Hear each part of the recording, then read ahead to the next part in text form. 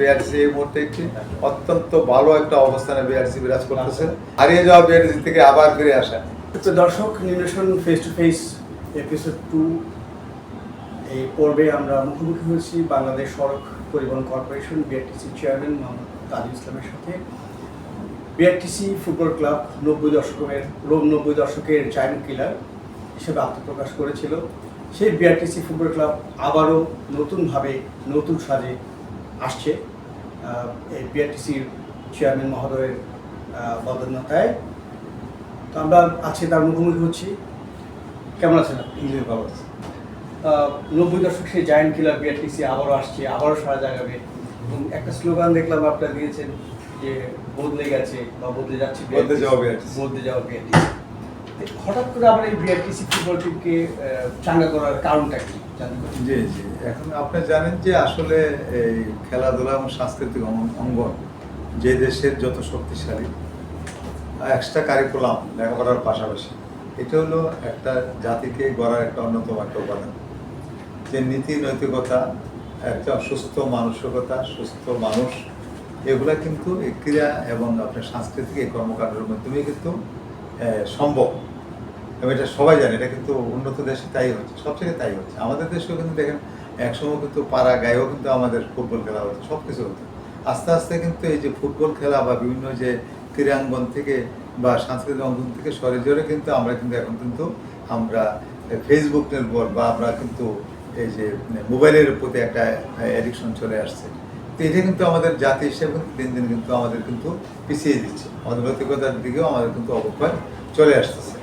তো পাশাপাশি আমি দেখলাম যে আমার এখানে যে বিআরটিসি, যে আপনারা সবাই এটা স্বীকৃত যে বিআরটিসি একসময় 90 দশকে যে বিআরটিসিকে আবহানী মোহাম্মদের মতো টিমও কিন্তু সমীহ করতো, যে আতঙ্ক থাকতো যে আজকে মানে বিআরটিসির উপর নির্ভর করতো কে ইয়ে হবে, চ্যাম্পিয়ন হবে বা কে রানার্স আপ হবে।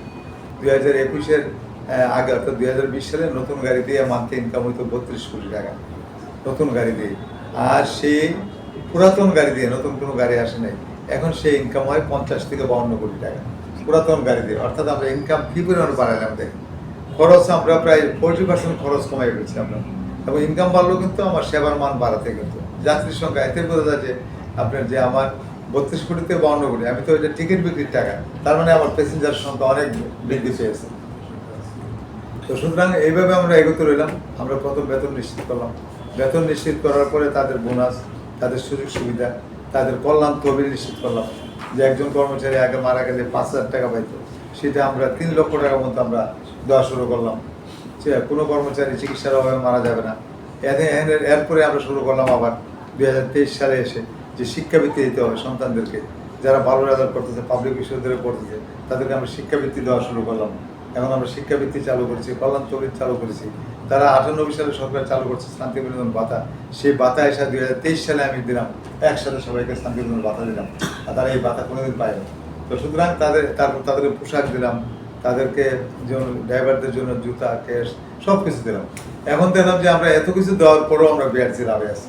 অর্থাৎ বিআরটিসি 1 তারিখে সব কিছু করার পরও আমার ফান্ডে মোটামুটি একটা ভালো একটা অবস্থান থাকে, আর্থিক সক্ষমতা আমাদের আছে। এখন ইতিমধ্যে আমরা জানেন যে গতকাল আমরা বিমানবন্দরে শাটল সার্ভিস চালু করছি, এলিভেটেড চালু করছিলাম, মেট্রো রেল কানেক্টিভিটি, চিটাগাং কক্সবাজারের পর্যটন সার্ভিস, সীতাকুণ্ডে ইপিজেড সার্ভিস, আমরা কিন্তু বাণিজ্য মেলা পূর্বাচলের, অর্থাৎ সকল ধরনের সেবামূলক কাজগুলোর সাথে কিন্তু আমরা কিন্তু আমরা ইতিমধ্যে বঙ্গবন্ধু ভ্রমণ লাইব্রেরি করছি কিন্তু সেটা, এটা সারা দেশে আপনার ভ্রমণ করতেছে এবং সারা জায়গায় এসে এই বঙ্গবন্ধু সম্পর্কে একটা গাড়ির ভিতরে বসে কিন্তু সব কিছু জানতে পারতেছে।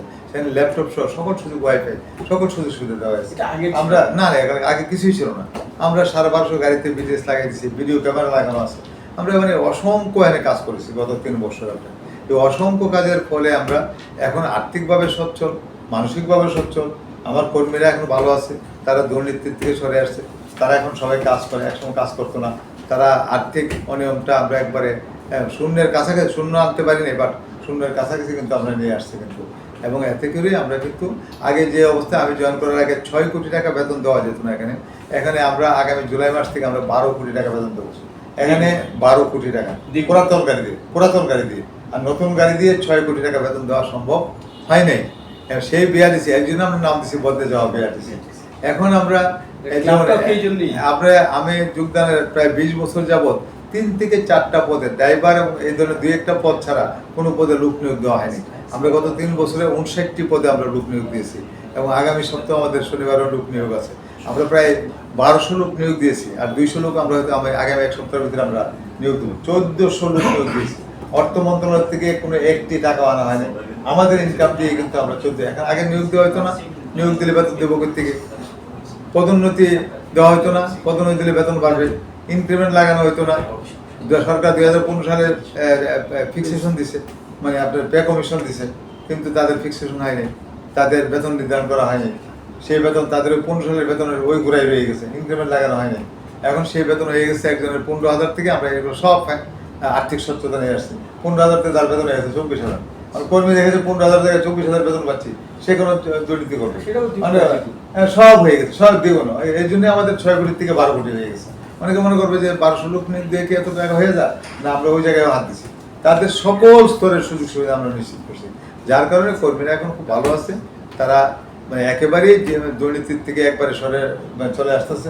এবং আমি বাংলাদেশের বলতে পারবো এই মুহূর্তে যে বাংলাদেশের অত্যন্ত স্বচ্ছ এবং সুশৃঙ্খল এবং সুস্থ মানসিকতার একটি প্রতিষ্ঠান হলো বিআরটিসি, যেখানে আমরা দুর্নীতিকে একবারে না এবং দৃঢ়র দিকে আমরা নিয়ে আসছি এবং সকলে মিলে কাজ করে।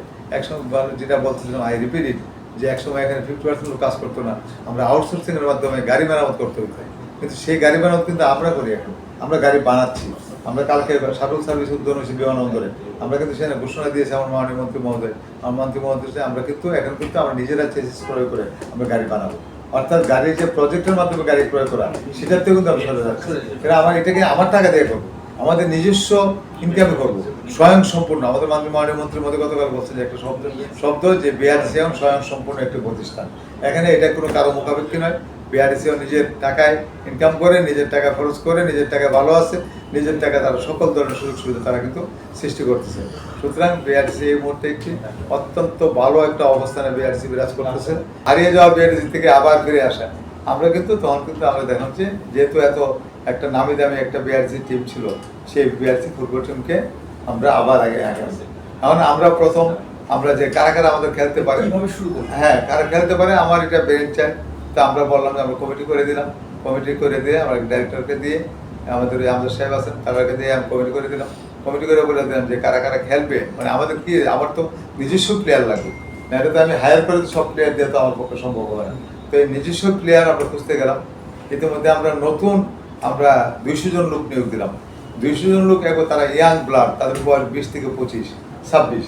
তখন তাদের মধ্যে থেকে আমরা দেখতে চাইলাম যে এই গত 1 মাসে বিআরটিসি করবে, বিআরটিসি কর্মী, তারা কর্মচারী, আমার নিয়োগকৃত কর্মী। এই নতুন 200 জন নিয়োগ দিলাম, তাদের মধ্যে থেকে প্রায় আমরা 20 জন পেয়ে গেলাম ইয়াং 20 থেকে 25 বছর। তারা ফুটবল খেলে, ফুটবলকে ভালোবাসে এবং ফুটবল তারা মোটামুটি জেলা পর্যায়ে লিগে বা জেলা দলে বা বিভিন্ন দলে তারা খেলছে। ক্যাম্পটা পরে আমরা তখন আমরা কি করলাম, আমরা কারা খেলতে চান, আমরা এই ধরনের তারা আগ্রহী এবং তারা টিমে ঢুকবে, তখন তারা আমরা ইনভাইট করলাম। ইনভাইট করার পর আমরা 80 বা 82 জনের একটা তালিকা পাইলাম। এই 80 এবং 82 জনকে আমরা ক্যাম্প করলাম। আমরা ইয়েতে গাজীপুরে আবাসিক ক্যাম্প করলাম। আবাসিক ক্যাম্প করে তাদের প্রথম দিনের হিট, দ্বিতীয় দিনের হিট, এভাবে আস্তে আস্তে 5 দিনের শেষে, 5 দিন শেষে আবাসিক ক্যাম্পের পরে আমরা 24 জনকে আমরা সিলেক্ট করলাম যে 24 জন এখন আমরা খেলবে। এরপর আস্তে আস্তে আমরা যোগ বিয়োগ হবে। এরপরে আমরা যেটা করলাম যে আমরা টুর্নামেন্ট করলাম। এরপরে আমরা ফাইনাল খেলা দিলাম ইয়েতে গাজীপুরে, এবং সেখানে 90 মিনিটের খেলা হলো লাল দল সবুজ দল হিসাবে। সেখান থেকে আমরা দেখলাম যে আমাদের মোটামুটি 8 থেকে 10 জন প্লেয়ার আছে যারা অন্তপক্ষে যে কোনো লিগে খেলতে পারবে, মানে হয়তো মানে তারা ওই ধরনের পারফর্ম করতে পারবে না, বা তারা সাহস নিয়ে খেলতে পারবে। তারা কিন্তু বোর্ড ছিল না, তারা যখন প্রথম আসলো ক্যাম্পে, আমরা পরে কিন্তু বোর্ড কিনে দিচ্ছি, তাদেরকে জার্সি দিছি। অর্থাৎ আমরা কিন্তু আমাদের জার্সি আছে, বুট আছে, সব আছে, সবাইকে কিন্তু আমরা সুযোগ সুবিধা দিচ্ছি, তাদের প্রতিনিধিত্ব করছি। এখন আমরা আশা করি যে আমরা আমাদের মধ্যে থেকে অন্তত 7-8 জন প্লেয়ার, খুব যোগ্য প্লেয়ার আমরা পেয়ে যাবো। আর আমরা যদি বাকি বাইরে থেকে 3-4 জন নিতে পারি, আমাদের একটা শক্তিশালী দল হবে। এবং এটা আগের যে 90 শতকের আবার বিআরসি আবার ফিরে আসবে, এই জন্যই বদলে যাওয়া বিআরসি। আমরা সাবেক যারা খেলেছেন, হ্যাঁ তাদেরকে নিয়ে আমাদের একটা পরিকল্পনা আছে। ইতিমধ্যে দেখছেন যে আমার সাথে কয়েক দফা কথা হয়েছে কাসেম আহমেদ ভাই, যিনি একজন মোহামেডানের দ্বারক বাহক, মানে জাতীয় দলের অধিনায়ক। সুতরাং উনি ওনার সাথে কয়েক দফা কথা হয়েছেন। আজকেও আপনাকে ওনাকে ধন্যবাদ জানাচ্ছি যে উনি আমাদেরকে আপনাদের সাথে কথা বলার সুযোগ করে দিয়েছেন, যে এই যে ভালোবাসা, ভালো লাগা।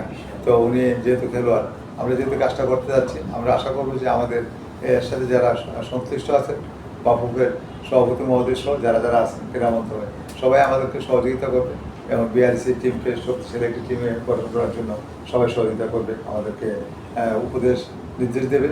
এবং ইতিমধ্যে আমাদের একটা পরিকল্পনা আছে, আমরা নির্দেশ দিয়েছি যে বিআরসিতে যারা খেলতেন এক সময়, যারা অ্যালাইভ, মানে যারা এখন আমার মধ্যে বেঁচে আছে, তাদেরকে নিয়ে আমরা একটা কোথাও একটা গেট টুগেদার করবো, যে তাদের কাছ থেকে আমরা পরামর্শ নেব।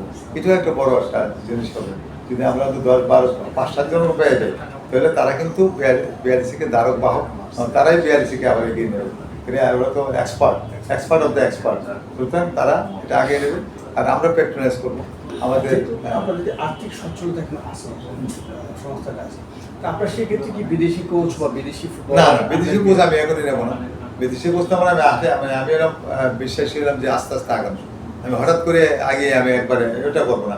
কিন্তু আমি আজকে সক্ষমতা আছে, 2 দিন পর সক্ষমতা নাও থাকতে পারে আমার।